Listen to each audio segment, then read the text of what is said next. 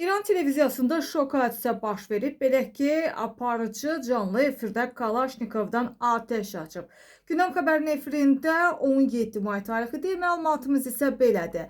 İranda Üfüq televiziyasının aparıcı canlı yayımda silahdan atəş açıb və hadisə odlu silah təliminə həsr olunmuş proqramın canlı efiri zamanı baş verib. Veriliş zamanı studiyada olan aparıcı və hərbi geyimli təlimatçı isə məhz Kalaşnikov avtomatından istifadəsi və atış qaydalarını nümayiş etdiriblər.